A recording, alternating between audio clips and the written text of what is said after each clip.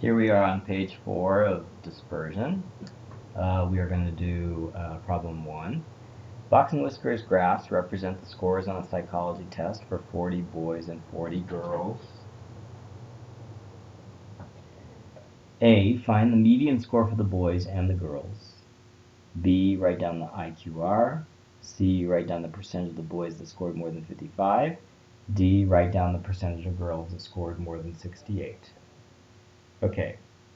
Uh, Pretty much these are the only kinds of questions you can ask about a box and whiskers that's already ready. Let's see, it says that the top one is the girls and the bottom one is the boys. You can tell by the color. The scores go along the bottom. Okay, there's no y-axis on the box and whiskers diagram.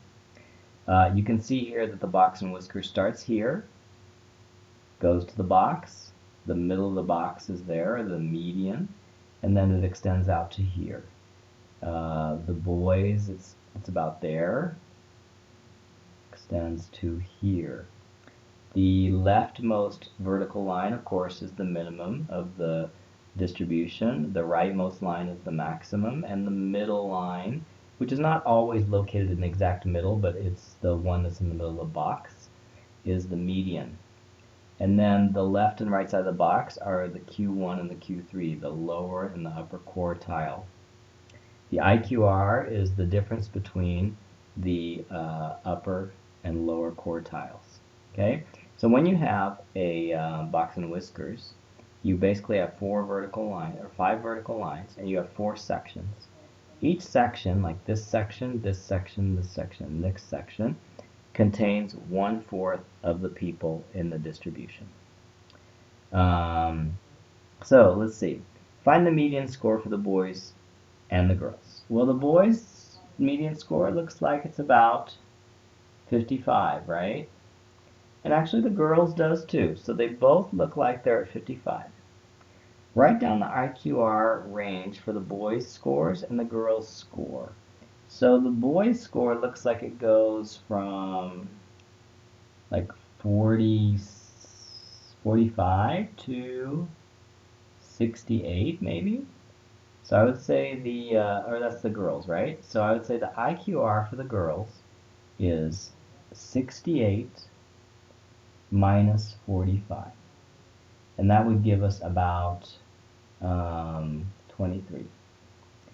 For the boys, the IQR would be, let's change color here to blue. Let's see, 40 to about 63 maybe? 40, I'm sorry, 63, 60, or 64 maybe?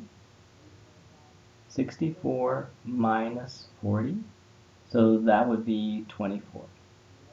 So the IQR for the girls is 23 and the boys is about 24. Write down the percentage of the boys that scored more than 55. Okay, so the boys, more than 55. So 55 just so happens, what a coincidence, that it's the median of the boys' distribution. Okay, since it's the median of the boy distribution, we can say that there is 1/4 of the boys in this part and 1/4 of the boys in this part. So how many boys are above 55? It would be 1/2 of the boys. So now all we need to do is, yeah, they don't, oh yeah, they say 40 boys. But they say what percentage of the boys scored more than 55? 1/4 plus 1/4 is a half. Half is 50% of the boys. Okay? And then, and so they gave us the exact, one of the exact values that we can actually tell them the percentage that was above or below. If they don't give us an exact minimum, maximum, Q3, Q1, or median, the box and whiskers diagram doesn't have enough detail to tell us that. Write down the percentage of the girls that scored more than 68. Let's see. 68 is a special number for the girls too. 68 is right here. It's at Q3. So if they say the percentage of girls that scored more than 68, that would be 1/4 of the girls because there's one section of the box and whiskers above 68. So the answer would be 25%. Okay, 1/4, right? I'm not going to do number 2 because it's very similar to number 1. I will do number 3. This box and whiskers diagram represents the ages of teachers at my school high. Write down the age of the youngest teacher. Okay, so basically that's just a way of asking for the min. So the min, of course, is the leftmost vertical line. It looks like it's maybe 22. Write down the median age. Okay, well the median age is this line that's in the approximate middle of the rectangle. Looks like it's about 44 maybe. So we'll put 44 for the median age. If 25% of the teachers are older than X, write down the value of X. Okay, so 25% of the teachers are older than X. Remember, each one of these yellow circle sections represents 25% of the teachers. So they're saying that 25% of the teachers are older than a certain age. Now, that has to be here, right? Because if it was in the median, that would be 50% more, and we only want 25% more. So this must be X, and X happens to be about 53. Find the RQR, the IQR. Well, the IQR, we know that this is about 53. That's Q3. Q1 is about 31. Okay, so the IQR is equal to 53 minus 31. It's equal to 22. Okay, so the IQR is 22. All right, last part. We'll do number 1 of 2i. A dice is tossed 50 times. The number is recorded each time and the results are given in the table. Write down the value of n and write down the values of A, B, and C. Okay, so now we are starting cumulative frequency. And we are familiar with the frequency tables, which is pretty much this part of the table. Cumulative frequency is an addition to that. It's this purple part of the table. And it adds one more column, and to make that column, what they do is they add each one of the numbers in frequency. So, and they keep accumulating, therefore the name cumulative frequency.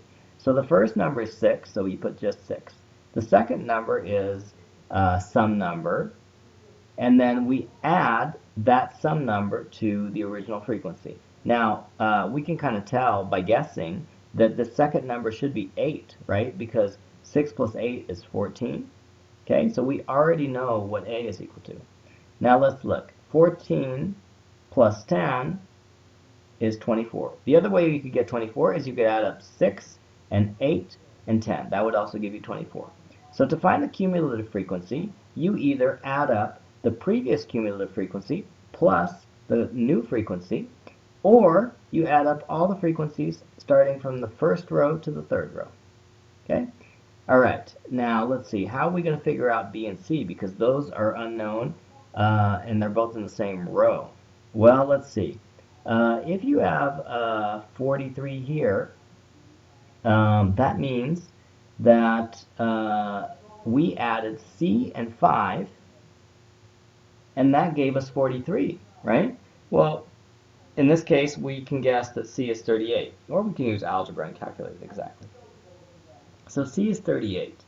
Now, if C is 38, that means 24 plus B is 38, right? Well, then we know that B is 14. Okay, so B is 14. Okay, so we know now A is 8, B is 14, and C is 38. Okay, so we already know A, B, and C.